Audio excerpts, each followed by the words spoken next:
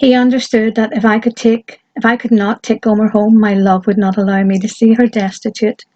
I would provide all her needs, and she could think that they came from him. We struck hands on the bargain. He struggled home under his load of provisions. I followed in the shadows. Gomer met him with joy and showered him with love. She told him to wait outside the house while she replaced her dirty, worn apparel with the new. After what seemed like hours, she reappeared dressed in radiant splendour. Her lover approached to embrace her, but she held him off. I heard her say, "No, the clothes and food and cosmetics are not from your hand, for where would you get them? Surely they are from the hand of Baal, who gives all such things. I am resolved to express my gratitude to Baal by serving as a priestess at the high place." I saw her walk away. She seemed like the rebellious heifer I had seen as a youth in my father's herd. She could not be helped, but would go astray. The more I tried to restore her, the further she went from me. Feeble with inner pain, I stumbled home to sleepless nights and days of confusion and grief. Gomer gave herself with reckless abandonment to her role of priestess of Baal. She eagerly prostituted her body to the wanton will of the worshippers of the sordid deity. My ministry became a pilgrimage of pain. I became an object of derision. It seemed that the penalty for the sin of Gomer and of all of my people had settled on me. I fell back upon Jehovah. My father and mother aided me in the care and instruction of the 3 children. They responded in love and obedience. They became the balm of Gilead for my wounded heart. The years passed as I sounded the burden of God throughout the land. Daily I prayed for Gomer, and as I prayed, love for her sang in my soul. She was my nightly dream, a dream so real that on waking I often felt as if she had just left me again. The years flowed on, but the priests of Baal held her in their deadly clutch. It was just over a year ago that it happened. The blush of spring was beginning to touch our land. In the midst of my morning hour of meditation, God seemed to move me to go among the people of Samaria. A sense of deep anticipation stirred me. I wandered through the streets. Soon I was standing in the slave market. It was a place I loathed. Then I saw a priest of Baal lead a woman to the slave block. My heart stood still. It was Gomer. A terrible sight she was, to be sure, but it was Gomer. Stark naked she stood on the block, but no man stared in lust. She was broken, haggard, and thin as a wisp of smoke. Her ribs stood out beneath the skin. Her hair was matted and touched with streaks of grey, and in her eye was the flash of madness. I wept. Then softly the voice of God's love whispered to my heart. I paused, confused.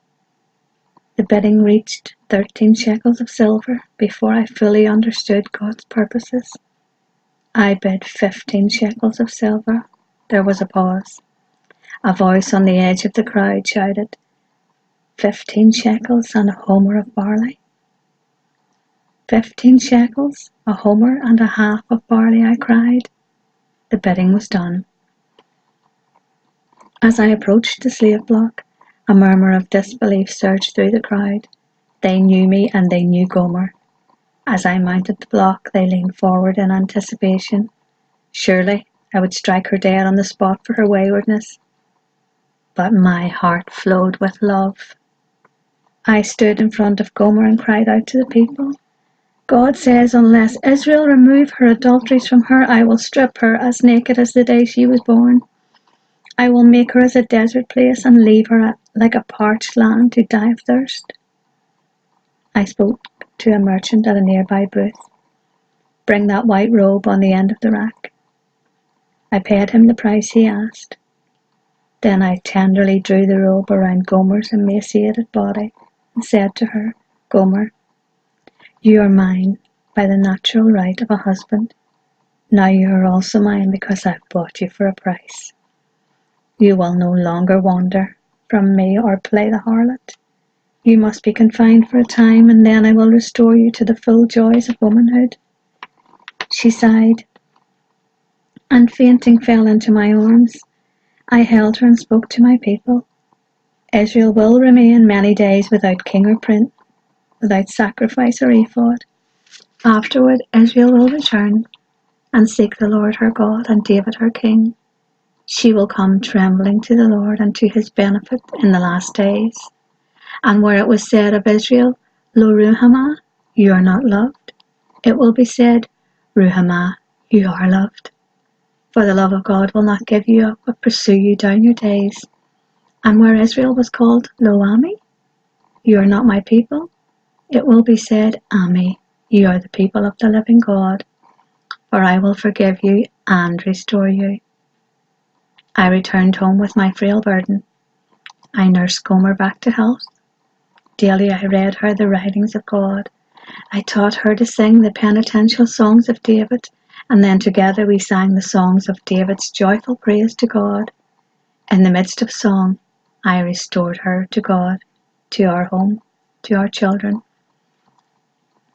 Do you see how beautiful she is? I have loved her always, even in the depth of her waywardness, because my God loved her. Gomer responded to God's love and to mine. She does not call me my master, but my husband, and the name of Baal has never again been on her lips. Now my people listen to my message with new responsiveness, for I am a prophet that has been thrilled with great truth. I have come to know the depth of my being, in the depth of my being, how desperately God loves sinners, how deliberately he seeks them, with what devotion he woos them to himself. Amen. What a story. What a story of love, waywardness, forgiveness, redemption, restoration. That is who our God is. And he will seek till the very last day that wayward sheep, that lost sheep. He will bring home his lambs and his sheep for all time, and he will restore. Amen. Thank you for listening.